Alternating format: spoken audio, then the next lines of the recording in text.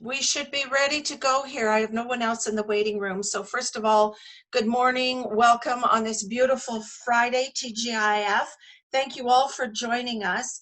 I know that this is a subject that is very timely and important because so many of us have been feeling the effects of self-isolation. I had the honor of working with Tina Lewis, who is on here with us, joining us today on the Thrive Grocery program. So I got to speak with several of our seniors who have been isolated for many months and unable to go out to even get their groceries or their essentials, talk to their families, let alone have a hug.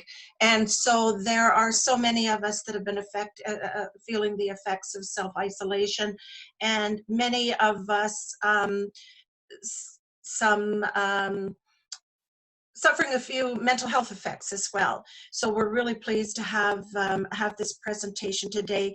Kerby Centre is committed to the health and wellness of our seniors, and so we've been working diligently to continue critical services for our seniors through this period. And so we're really pleased to be able to continue that commitment with this presentation, Maintaining Mental Wellness Amid Social Isolation. And I'd like to introduce Aditi Sharma, who is Kerby Centre's Volunteer Department Assistant and who is the chair of our Kerby Centre Health and Wellness Program or Committee. And she's going to do the honors of introducing Padma this morning.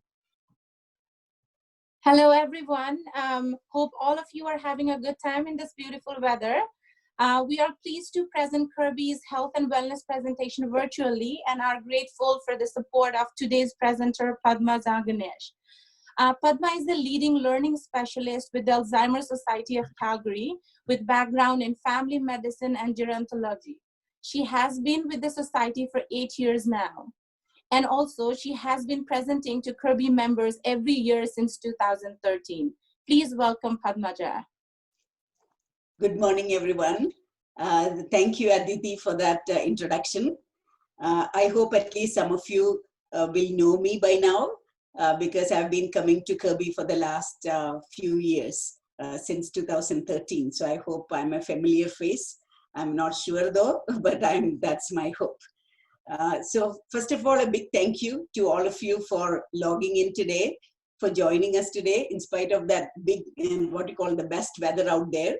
Rather than deciding to go out, you decided to stay in and attend my session. And I really appreciate that. And thank you for doing that. Also, I appreciate and thank the Kerby Centre for giving me this opportunity every year. It's almost like coming home for me every time when I do a presentation for Kerby. So thank you again, for this partnership. I really appreciate that.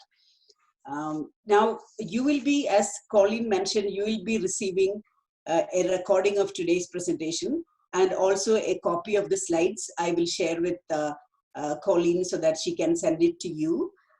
And also tomorrow, along with that, I will be sending a link to a very short evaluation survey. It will be just 8 questions. And those of you who know how in my presentations, who are familiar with the format, you know that there is always an evaluation.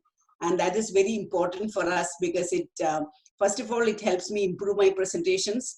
That I will know what went wrong, what didn't go very right, what was great. And that helps me improve my presentations going forward. And also it helps us secure funding. So in these hard times, your evaluations are very important and we rely on that. So please do accept this as a personal request to just take, it's a very short evaluation form. So it would take only 5 minutes. So if you can just take that 5 minutes to complete that evaluation form, that would be very, very helpful for us. I don't plan to take any more time on just, on other topics. So I'm just going to go ahead with my presentation. My plan is to talk for the next 45-50 minutes and open it up for questions. So if you do have any questions coming in your mind as you watch this presentation, just feel free to type it in the chat box if you're familiar with that. For those of you who are not very familiar with the chat box, then it's fine because at the end I will give you an opportunity to unmute yourself and ask a question. Even that is also something that we can do. without any difficulty. So with that introduction, I would like to go on with today's presentation, mental well-being during COVID-19. My slides always freeze by this time. Yeah, okay. So we have a long list of topics that we are going to talk about today.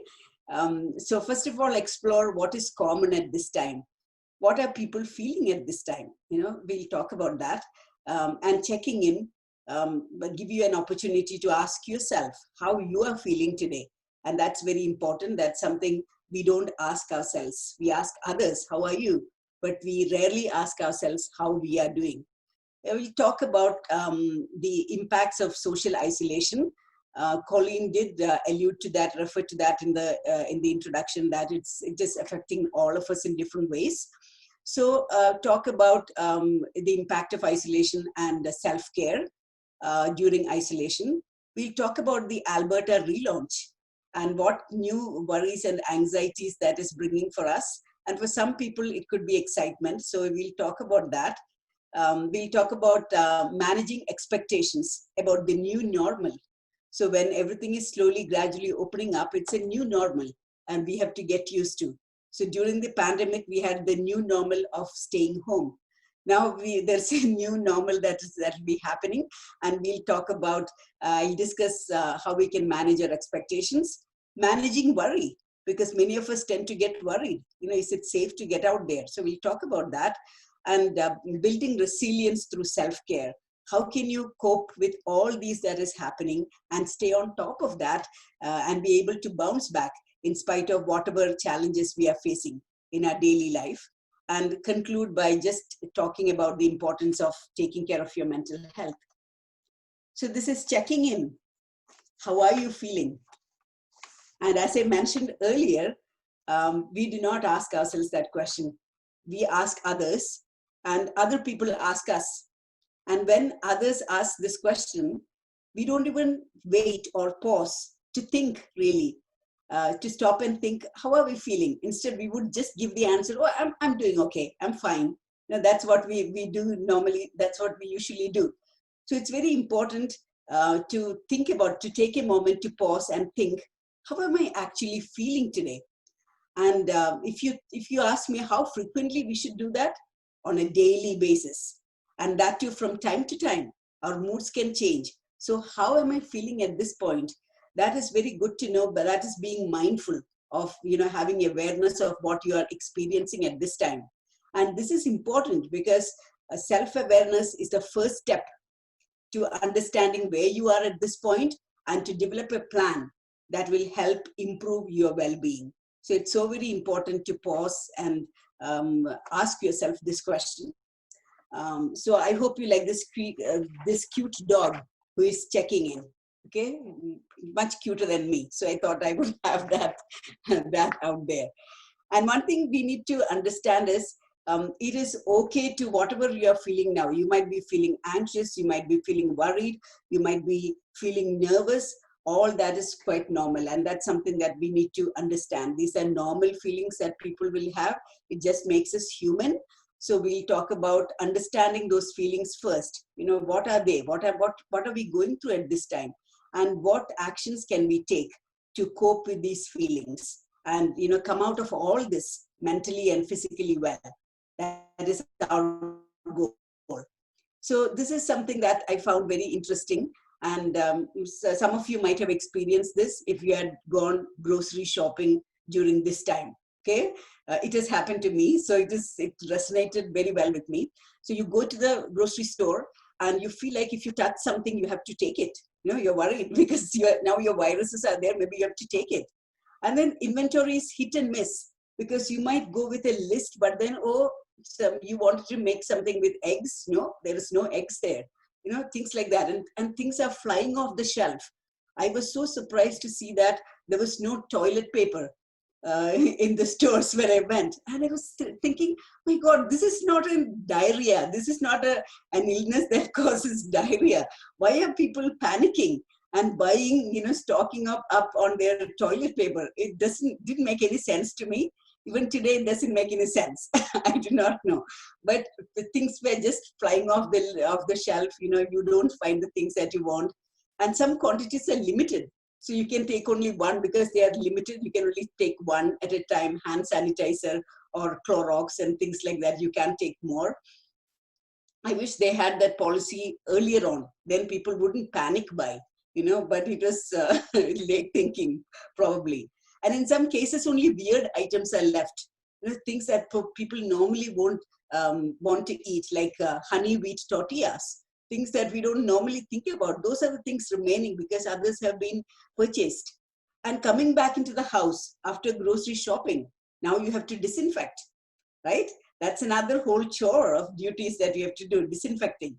And maybe have a shower, change your clothes, all those kind of things. And no matter how well we plan, sometimes we come back and realize, oh my God, I should have bought this. I forgot. I decided to go today to buy this. How come I forget that very same thing? Maybe I wanted toothpaste, and how come I forgot all about that? So these are all normal, and it resonated very well with me. For some of you, it may not resonate that well because you probably are getting groceries delivered, but still, you might have had your own frustrations and disappointments because you put down something in the list, and stores like Walmart and Superstore, they were taking 2 weeks to deliver. So you want something to cook a special dish today, and you are getting those things 2 weeks later. What's the point? So you might have gone through all these things yourself. At least some of these feelings might be common for you as well. So how are we impacted by all this isolation of, social distancing, staying home? So many countries call this period a time of social recession. But on top of that, we can see that, top of the bat, we can say that we have all been inconvenienced. That is for sure. In different ways, we have had inconveniences because of this social isolation. I used to go to my office to work. I used to go to places to present. And now I have to work from home. I had to learn all about the Zoom presentations and how to, I had to convert everything into Zoom's format so that I can present. So it's a lot of inconveniences for working people and even for others, because, you might enjoy going out to dinner or lunch at your very, favorite restaurant. Or maybe you like to go out and meet with friends, have a get together somewhere, or let's say go to the movies. Now with everything was closed so long, now gradually they are opening it up. I hear that Alberta is going through relaunch phase 2. They are gradually opening it up, but we all have experienced that inconvenience. And for some of you, you might have been going to Kerby for activities, and you had that regular routine, that schedule set up. You might be doing your exercise there. You might be doing your different activities that you are dropping in there for different programs. And with COVID, all that has not been possible. So we are all inconvenienced to some extent. Some more inconvenienced, some a little bit less, but inconvenience for sure. Physically, this can affect us physically. And research shows that there are a lot of physical symptoms that are associated with isolation. So it could be even things like having an upset stomach, having loose bowel movement, wanting to go to the toilet frequent urination, excessive thirst, having headaches, having muscle tension, tensed muscles, and then muscle pains. That's common.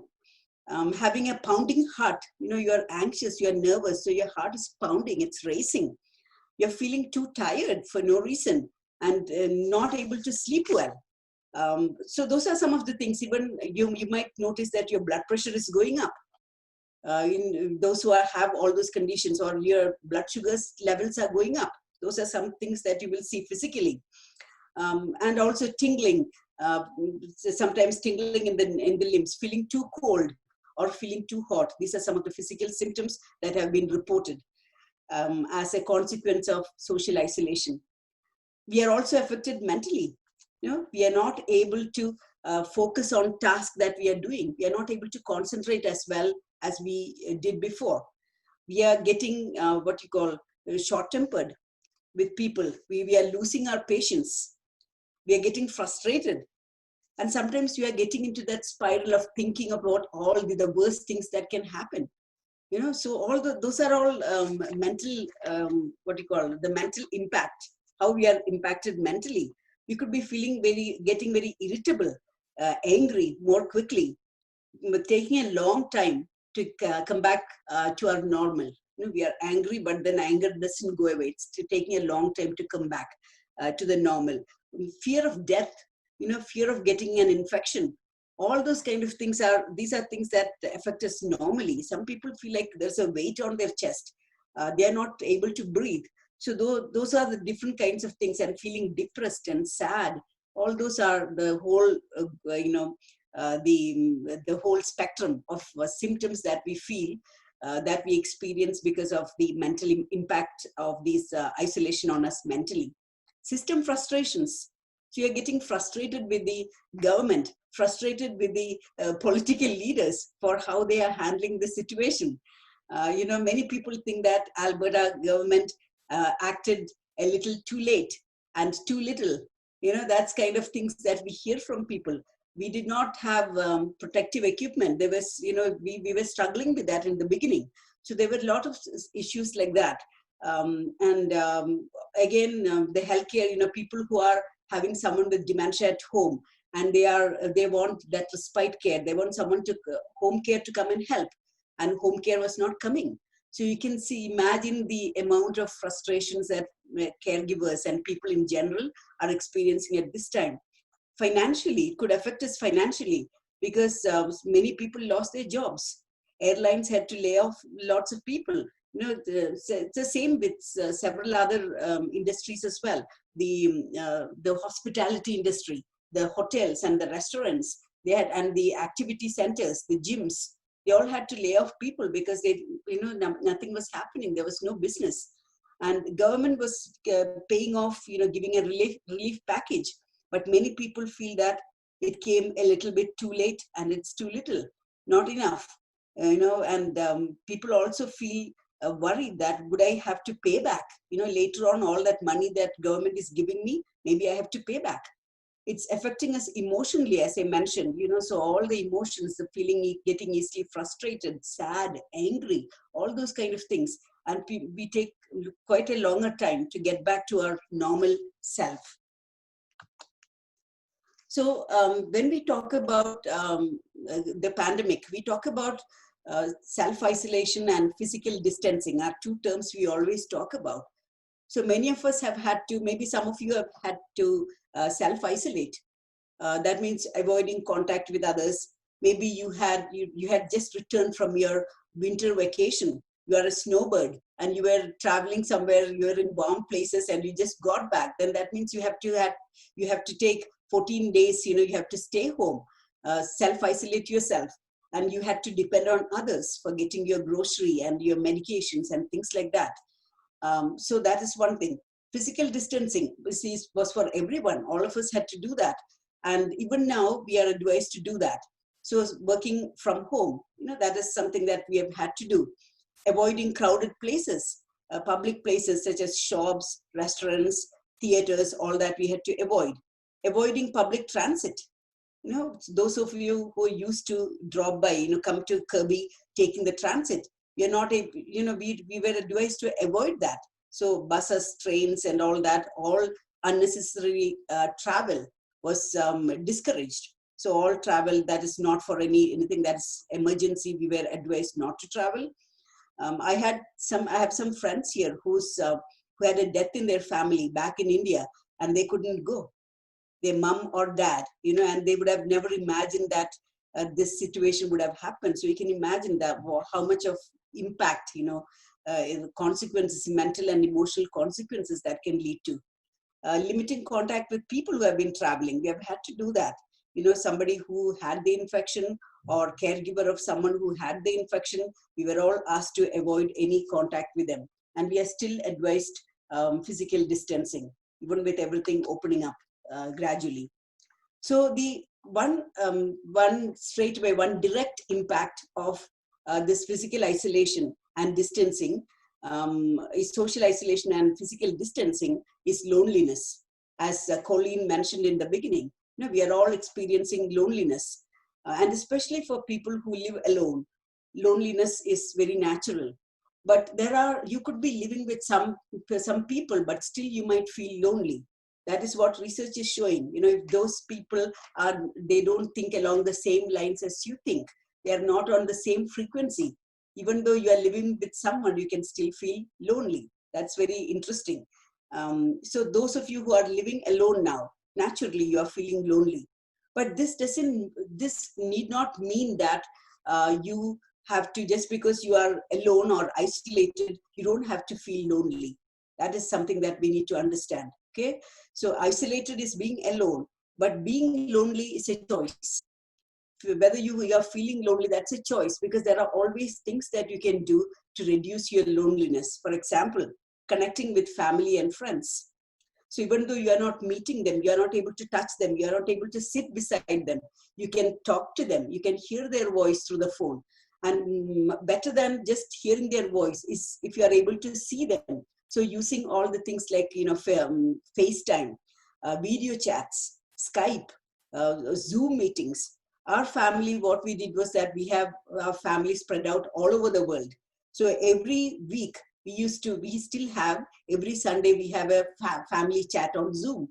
We see everyone, we share everyone's news. So we feel that we are seeing everyone. And that has been very useful for me. So that is something that we can still do. And when we are at home, we feel that, we are staying home. There's such a long time. We have got the time just never goes, it's not passing. You feel that you have a lot of idle hours in your hand. And that's when you can, we suggest that you pick a work in progress.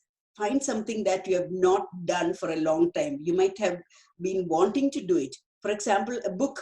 You might have wanted to read that book for a long time, but never got the time to sit down and do that. So maybe that is something that you can do now. Or maybe you want to sort out a junk drawer that you have always had in the back of your mind, that you have to try and do that, but you're not getting time, but now you're getting it. Okay? Or try some recipe. And there are lots of wonderful recipes out on YouTube. Whatever you want to cook, you want to try Indian today, go for it. You want to go cook something Chinese, yeah? Or everything is there. So using all that, doing something that you have been wanting to do. Finding creative ways to exercise. So maybe you used to go to a recreation center, or you used to go walking with your friends. Maybe that is what you used to do, go to the mall and walk. But then that's not possible. That should not prevent you from not exercising, because there are a lot of different ways in which you can exercise at home. So there are several, exercise programs on YouTube. And one of my favorite ones, which I've checked out, it's called Fit Over 50. And it's by, what you call that, activity specialist. And her name is Jenny Clendon. And it's a very nice, low impact exercise for people even for seniors. It's Fit Over 50, that's for seniors. So low impact exercises you could do. There are several online exercise programs, that is set up by the YMCA. So whether you want to do yoga, you want to do aerobics, you want to do Zumba dance, whatever you want to do, all those things are available electronically. So you could do along with that. You're seeing many people performing, doing the exercise, and seeing them, you feel you are there with them, and it gives you that kind of company to exercise, and you don't feel alone. Where possible, get some fresh air, get out. If it is safe, get out and get some fresh air and sunshine. If you're feeling very nervous about getting out, maybe you have a backyard. You can sit out there in the backyard, or you have a balcony, or you have a deck.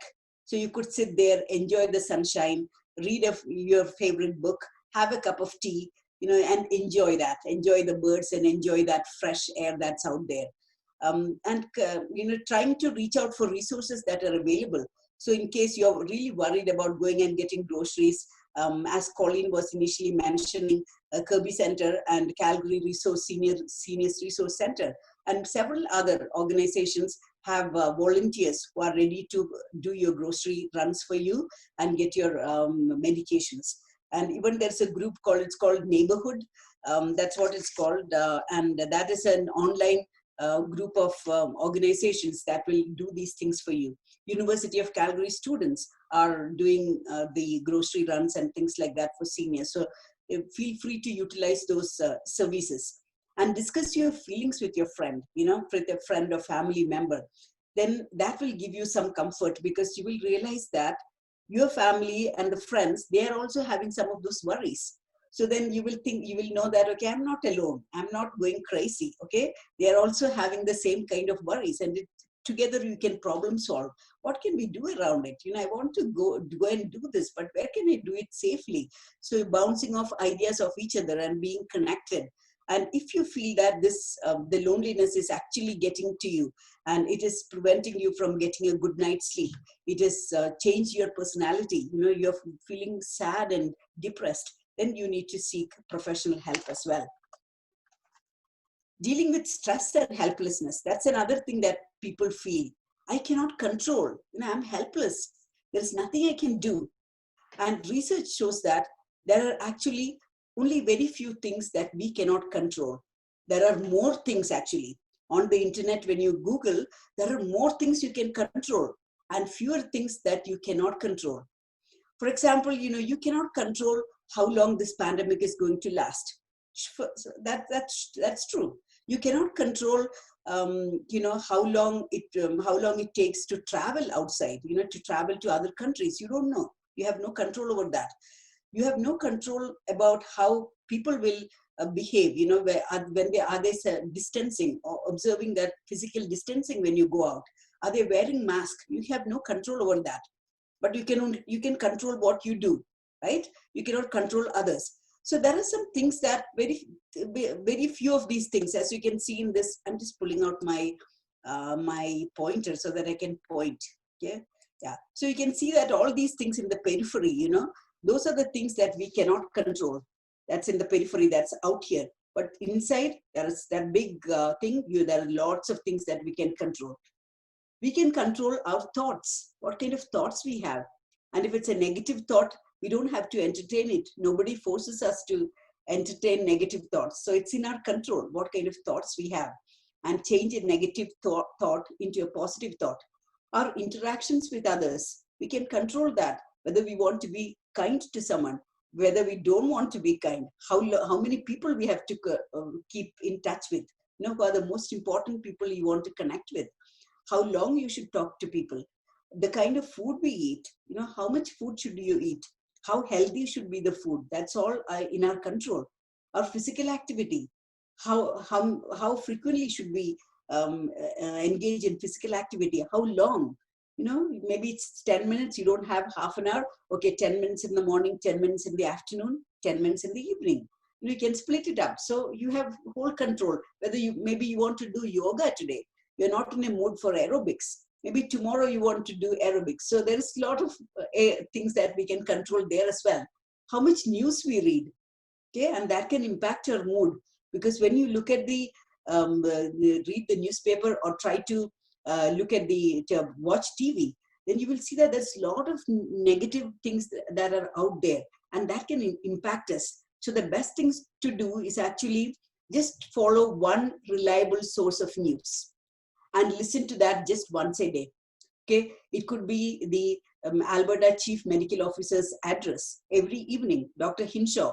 She gives a very reasonable, very accurate report every day of what is happening in Alberta. That could be a news source that you can follow. Or could be from World Health, if you want to know what is happening all over the world, World Health Organization. So just stick to one source and do not watch too much of that. Because I remember when I talked to my mom, who lives in India, she's 93 years old, she was very worried from the beginning, because she's watching the news, the television is on all the time. She's reading news, English newspaper, my language newspaper, my native language newspaper, and she was very worried. And I advised her, no, this is not going to do any good for you. Just one source of news. You just rely on that. That's all you need to know, because those things are beyond our control. So why waste time on things you cannot control? And how many times we laugh? We can make that decision. How many times do we want to laugh? And laughing is very good. It's a good healing therapy. and our activities. So lots of things, what kind of activities we want to do. Do you want to do art today, or craft, or cooking, or cleaning? What do you want to do on each day? So those are things within our control. The relaunch. Now this is happening. We have gone through the phase 1 is done now, and phase 2 is starting today, opening today, phase 2 of Alberta Relaunch. So gradually things are opening up. Now for the phase 2, the gyms are, they have been given permission to open up, the recreation centers, movie theaters. So many things are opening up. And how are you feeling about it? Now, for some people, yeah, you could be like this person. Oh, I've been waiting for long. Come on, bring it on. I want to be out there. Maybe you are like that. Maybe you are like, I'm more like this. I have some questions. I'm not very sure. I'm still unsure about how safe it is. Maybe you have a lot more questions. So you could be any of these. And one thing to know is that whatever you're feeling, that is normal. And recognizing this is my feeling. And it's normal to feel that way, and also knowing that there are several others. It's not you who are feeling that way. Several others are feeling unsure, nervous, and anxious. And there are several others who are feeling elated and excited about it as well. So these are all common emotions. You may have a lot of questions. Is it safe to go out to the park? Government is saying that parks are opening, but how safe is it for me to go? And for us, some of you, not Adiri, but for some of us, we are all in that risk group, right? Adiri is quite young, but we are all in that high risk group, and we might have conditions like high blood pressure, diabetes, cholesterol. We might be caring for an older person. So this is, our set of risks is totally different. We have some other risks that we have to be very, very mindful about. And hairdressers. I have not gone to the hairdresser in 3 months, and my hair has gone so long. I usually have long hair, but this is longer than what I would normally have. But again, I'm concerned about it. Would she be using mask? So all the sanitizers, would she be having that? How much of safe distance can you observe when you are cutting someone's hair? That's not possible. So those things make me kind of sit back and no, I'm not in a rush. I can live with it for some more time. Is everyone going to wear masks when you go out? How about social distancing? I see that when I went out for a walk in Kananaskis to the mountains to a few days ago, and it was a working day. It was in the afternoon, and I thought nobody would be there. And I was in for a shock because it was a good day and there were lots of people. And while I'm coming back from the walk, people are coming across me and nobody's wearing a mask and nobody's observing physical distance because it's just a narrow path and you have to stop there, outside before you get onto that. So it made me very nervous. So will there be more cases? And of course, Alberta is expecting that because our premier mentioned that. As things open up, there are going to be more cases, but not to panic, but to be careful, exercise caution. And what is this new normal going to be like? So these are all questions that we all have. So in such situations, the best thing to do is to stop, take stock of all the things that are happening and make a decision. And there are 5 steps to better decision making. So first thing is to consider what is at stake. Okay, so for example, I will give you an example that makes it easier. Imagine that you have got a group of friends and they're suggesting that now that everything is being opened up and government is allowing up to 15 people to meet indoors. They're suggesting that why don't we meet for a potluck? Okay, we can meet at your place. You have got a big place, so we'll meet at your place. And what's your thoughts on that? And when such a situation happens, it's a very good thing to actually, before committing, think about it. Tell them that I'll think about it and come back to you and consider what is at stake. What is the worst that can happen if I say I'm not feeling comfortable? What's the worst that can happen? Okay, that potluck may not happen at your place. Others might be having potluck somewhere else, but you could still join in through Zoom, right? You can still be there. And you can have your own food. So considering what's at stake, what's the worst that can happen? Assemble all the facts. Even the government is asking this. Assemble all the facts. Okay, if I invite people to my house, is there enough space to physically distance, to maintain that physical distancing? Okay. And how about maybe you could do it in your backyard, or maybe on the deck where there is more space separating you if the weather is good. And what if people are bringing food and we are sharing food, the spoons, the serving spoons, and those are all ways in which we can get infected. And many people can have infection and not have symptoms. A lot of healthy people can carry the infection, the virus, but not have any symptoms at all. And if our health is not that good, we might get infected. So thinking about all these kind of facts, assembling all that, weighing the pros and cons, what can be safely done? So maybe thinking that, okay, we could meet in the deck, and maybe not all the 15 people, maybe 5 of us. That would be great. And ordering, each one can order their own food, and they bring their own food, and they're not sharing it. So we won't share each other's food. We'll bring our food and drinks, and we can even bring our chairs if we have and sit down on the deck. So we are minimizing the sources of infection that way. And so like that, and then decide based on what makes you comfortable, choose the best path. So this is a way of making decisions, and nobody is forcing you to make decisions. You have the right to make your own decisions. What makes you feel comfortable? Do what is right for you. So imagine you are getting into an elevator, and they do have some spaces there, but then if you look at it, it's not 2 meters apart. It's just within arm's reach. They are there within arm's reach, and you can see that some people are wearing masks and the others are not. And we have no control over the behavior of others. You might be the one wearing mask, and you're getting angry, you're seething with anger. Why can't others wear mask? I'm wearing mask to protect you, but you are not wearing mask to protect me. We can only think that way. We cannot do anything about it. So do what you feel is right. Okay, so that is something that is in your decision. What you feel is right, you do that. If you don't want to get into an elevator like that, wait for some time till it becomes a little more empty, and then you can take that. So you might lose some time, but still you are being safe. Managing expectations about the new normal. So now that things are changing, or everything is opening up gradually, it is normal to feel unsure, as I said earlier, of what to expect. I am also very unsure. And even as life returns to normal for some people, for example, my husband started going to work since the beginning of this week, whereas we are socially distancing at Alzheimer Society. We are working from home. So even as life returns to normal to some people, it can still look different. It need not be the same. It can still look very different. So if you are doubtful about whether I should go, like say to the hairdresser, or whether I should go and have a meet with my friends at their place, if you are doubtful about that, it's a good idea to just adopt the wait and watch policy. You are waiting and watching and see how this is turning out. Okay, what if there is a second wave? That's expected. More people could be getting infected. And what if they might say, okay, we have to stay home again?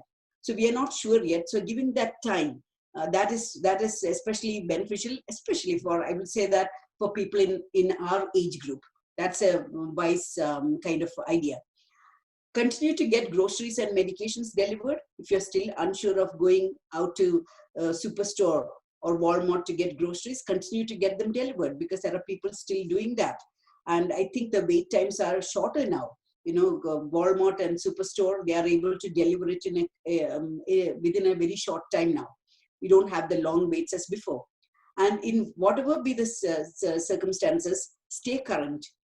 Stay current, be updated about what is happening, and follow the regulations and policies that are put in place. So even now for us, things haven't changed. We will maintain social distance. We will use mask to protect others. We will wash hands where possible, frequently, every, for 20 seconds or so, and then use tissues like disposable tissues and dispose of them safely. Managing worry. Worry is a big part of, our lifestyle these days. Since the pandemic, we tend to worry a lot. So one thing that we need, one good advice about worry I've heard is that worry is good as long as it helps you take care of yourself in a better way. It helps you, if it helps you stay safe, if it helps you adopt healthy behaviors, in that case, worry is good. But if worry is not doing that at all, instead worry is pulling us down, taking away our energy, that's not a good worry. Such worries are not useful at all. So one way to manage your worry is limiting exposure to media. Because the more you watch television, the more news you hear, it is going to make us nervous, because there are lots of conflicting things you hear from here and there.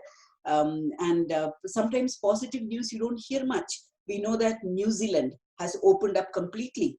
They have not had a single case for the last 10 days or so. So there are some places where it's completely clear, but we don't get to hear such positive news. We hear more of the negative news. And the thing that we remember is the ones that are associated with strong emotions. So even if you think about the past, if you think about the memories that you have, you will realize that the things that you remember are the ones that were associated with a strong emotion. Either too much, it was too sad, so you remember, or it was such a happy occasion, you remember, or it was something that made you very angry, you remember. But the routine things that are associated with routine emotions, we forget. So the same way with negative news that we are hearing, one bit of negativity, that negative news, that can stay with us for a long time, and it can impact us. So limiting exposure to media, and always analyzing the facts, what you're hearing. Is it true? How much of it is true? So follow the reliable sources, and do not just believe whatever you hear other people say or from other sources. Always get to the bottom of what is the real truth in the situation. And is there anything here which I can control? Or is this situation totally beyond my control? That is something to think about. If it is within your control, you have something to do. You can take action to control it. And if it's not in your control, still, is there any point in worrying? So this is what the famous, the well-known, the religious scholar, Dalai Lama, he was talking about this. There was a quote, his very famous quote, is that there is no use worrying. If you're worried about something and there's something you can do about it, take action and stop worrying. If there is nothing you can do about a situation, then also there is no point in worrying, because you cannot do anything. So in a nutshell, there's no point in worrying. That's his golden advice. And seek help. If you have some worries, you can check it out. You can bounce off ideas with your family physician, whether it's safe for you to do, with your friends, with people in your age group. Share your worries and then seek help and control what you can control. So take action. If there is something that you can do, by all means, go ahead and act on it as soon as you can. So that's how you would manage worries. Taking control. So as I said, we have the ability to, we have the power to control how our brain is working, our thoughts, our emotions. That's absolutely in our control. And one way to take control is by accepting routines, by establishing a routine. So however bad you're feeling, say you have a routine, some things to do at certain times, that routine will keep you on the task. So you're not sitting there in your pajamas and then whole day by evening 6 o'clock, oh my God, the whole day has gone by and you've not done anything other than just sit and brood. That's a useless day, golden day given to you, and we have just wasted it, right? So routines help us, they keep us on the task. They give us a rhythm when things become hectic, and it gives us a structure. It gives a structure for our day. And without a structure, we don't do well. And it helps us complete our task, that whatever we have to do. And if there are some big tasks, you think about, oh my God, that's a huge one. I don't want to do that. And you keep on postponing it. But the idea is, if you can break it down into manageable tasks, smaller tasks, and then it becomes easier. Day by day, you attack that.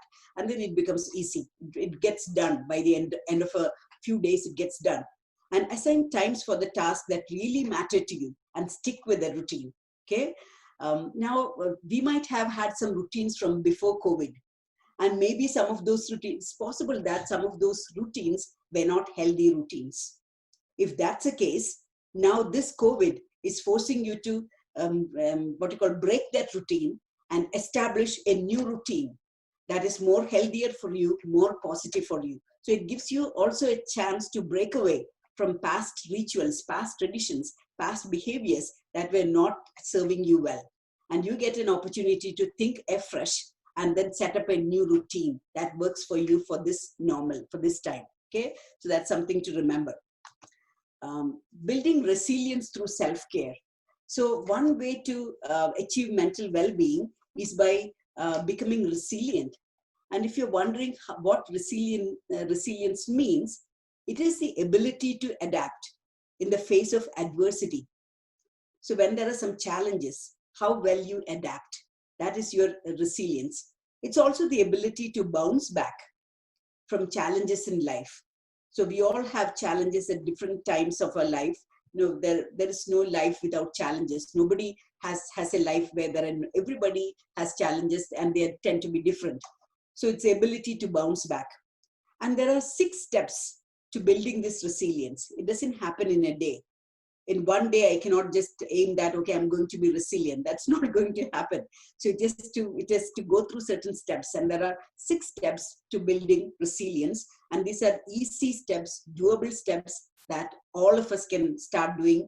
If we are not doing them now, we can start doing it from now on. So one is paying attention to physical health. Now, this is very important because we know that a healthy mind lives in a healthy body, right? So if your physical health is not very good, then that can be a worry for you. That causes worry, that causes anxiety. So naturally, your mind is not healthy. So paying attention to physical health. This body is this asset that we have been given. It's a property, it's an asset. And it is our responsibility to take care of it, so that it serves us well. And paying attention to that. Reframe how you view problems and challenges. This is very helpful for me in my professional life as well. So, to give you an example, so when we decided to close down and work from home, when we decided to close the office and work from home, that changed the way, we had to change the way we provide our services. Because I'm a learning specialist, I go out and teach, okay? And when I'm asked to stay home, how do I do my work? So that was a big question that was there. How do I do that? And within a week, we had to shift to the Zoom platform.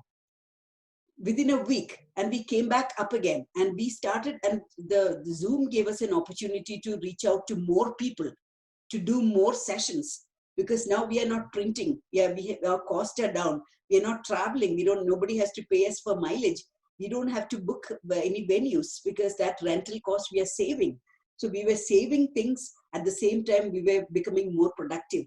It gave us an opportunity to do this. And I was just looking at my monthly report last month and the month before. I've done much more education than ever in my life through this Zoom. So that is it gives us, when you see, when you start, when you change the way you are looking at a problem or a challenge, it gives you opportunities to do better. And that's how it has helped us. So it gave us this opportunity to shift to a platform. So this can apply to you as well. Whatever you're dealing with, change the way you are looking at it and try to see an opportunity where you see a problem. Every problem, every challenge, there is an opportunity for the one who is looking for it. So let's train our mind to do it that way. Building emotional resilience. So again, there are different ways of doing this. For some people, prayers help a lot. For others, it could be meditation, doing yoga. For others, it could be having all the knowledge. It gives them that resilience. Knowledge is power. For others, it could be positive thinking, like thinking that this is temporary. This too shall pass. This is not a permanent way of life. This is going to change, and change is the way of life. Giving yourself a break from the media, as I've been repeatedly saying, keeping your life simple. So when things are hectic, when things are complicated, keep your life simple. So simple meals, simple things you do. Even enjoy the simple pleasures of life that are free. There are lots of things that are free. For example, the sunrise, the sunset. You don't have to pay anything to enjoy that. So just sitting out in the open and enjoying that free gift that nature is giving you on a daily basis. Now, how many of us do that? We don't. So this is where we get such simple pleasures, or playing with your pet and really being mindful when that is that connection that you're having with a pet, or the talk that you're having on the phone, or the FaceTime that you're having, really being there, being present. That is all about being present in whatever you are doing. Practice relaxation techniques. So as I said, it could be yoga for some people, it could be meditation, it could be listening to favorite songs, it could be cleaning. For some people, it's very relaxing. For me, cooking is very relaxing. I love cooking, and whenever I'm stressed out, I'll be chopping vegetables and cooking a whole bunch of things, and that is relaxing. So whatever works for you, relaxation techniques. Self-care during pandemic. So these are the 6 aspects or components of self-care. And by observing self-care, you become resilient. So that's a way to, our goal is becoming resilient, and that is through self-care. So mental well-being, physical well-being, social well-being, spiritual well-being, cognitive well-being, and emotional well-being are all aspects of that. We'll quickly go through that. So physical well-being, physical activity. So try and get some physical exercise every day. Minimum of half an hour, 5 days a week. If you want to, as I said, if you don't get that half an hour at a stretch, maybe 10 minutes or 15 minutes in the morning, 15 minutes in the afternoon. But try to do that, have a routine and try to do whatever that works for you. And you can keep changing. One day you are walking outside, maybe early morning you wake up, okay, then you can walk outside because nobody's there. If you wake up later, then maybe you could do something indoors like that. Eating healthy. So eating a healthy, balanced diet. This is a brain healthy diet as well. So fruits and vegetables, oily fish, olive oil, nuts, and whole grains. This is all what is part of the Mediterranean diet, which is a heart healthy and brain healthy diet as well. So invest in what you eat. If you're not able to get fresh fruits and vegetables, even frozen ones are good. They still have those vitamins, and as long as you are not overcooking them, they are still good. Maintaining a sleep hygiene. This is very important. Getting a good night's sleep is very important for our physical health as well as brain health. It's very important. So one way of making sure that you get a good night's sleep is by maintaining this sleep hygiene. Going to bed at the same time, waking up at the same time. 7 days of the week, and it becomes a habit. Not watching television at night, but reading a book. Using the bedroom only for what it is meant to be, for intimacy and for sleep, and not sitting there and working on the computer. That's not a good idea. Or talking on the cell phone. So use the bedroom for what's meant to be, and try to keep the bedroom dark, cool, and dark. Avoiding a heavy meal at night, and cutting back on caffeine and alcohol. Not having too much of coffee from late afternoon. That keeps you awake. Coffee or tea. Your green tea is okay, because it has got less of caffeine. And avoiding alcohol, because that keeps you awake as well. So it might put you sleep temporarily, but then you're back up again. Avoiding lots of sweets or sugary things in the evening. It keeps you hyperactive. So those are some kind of things. There are a lot more things I can talk about. Exercise is a good thing. It will help you get good sleep as well. And if you're exercising, make sure that you are exercising at least 4 hours before your bedtime. So do not exercise close to bedtime. It keeps you awake. So exercise at least 4 hours before bedtime. And there are more strategies I can suggest. I do not know how I'm doing about time. I'm almost going to 11. So challenging the brain, that's very important. So doing something, learning how to send an email, or doing some online brain games or tasks, sending pictures to family members. It could be anything like that. Challenge the brain through the computer, or learn a new skill or a hobby. And there are lots of things you can learn from online as well. Online teaching sessions are there. So you can log in and then learn all these new things that you have wanted to do. Doing productive activities. So these productive activities need not be pleasurable. It may not make you happy when you're doing them, but they are things that have to be done. And once you do them, you feel very good about yourself. You have that sense of accomplishment. See, yes, great, I did it. All the tasks. And that's also a part of emotional well-being. Doing relaxing activities, which is also productive. So maybe you could be knitting some warm clothes for poor people, the people who don't have a home, the homeless. You could be doing something like that, relaxing, and maybe baking cookies. It's a relaxing thing for some people. Social and spiritual well-being. So find time to stay connected. Stay connected, as I said, through the cell phone. You could do FaceTime. You could have Zoom chats, video chats through the computer. Stay connected. Okay, so distancing, physical distancing doesn't mean that you have to be mentally distancing. So you can be mentally close, but physically distancing. That is very much possible. That's what is being suggested. To find time to do something pleasurable every day, some uplifting activities. And that might be different for different persons. For you, it might be something else. For one person, it could be dancing. It could be different things for different people. But find out what uplifts you. And that's very important to find time for that. Spiritual activities, that is also great. If you believe in prayers, if you have faith, then doing that is good. Having some common prayers through internet, you could do Zoom prayer meetings. You can do that. Meditation is good. Being close to nature, being with animals. So lots of different ways of actually being spending time for spiritual activities, being mindful, spending some time for deep breathing, yoga. All these are ways of spiritual activities that are relaxing. So this is my concluding message. So as I've been explaining, social isolation and the worries and anxieties associated with COVID takes a toll on our health and well-being for sure. Mental health is an essential aspect of overall health and well-being. So you cannot aim to be healthy if you don't have mental health. Mental well-being, it's a part and parcel of overall health and well-being. And poor mental health impacts the quality of life, and it can even increase the risk of dementia. So whatever topic I talk about, I cannot but bring dementia there, because I work for the Alzheimer Society of Calgary, and we are in that age group where dementia, there is an increasing risk, right?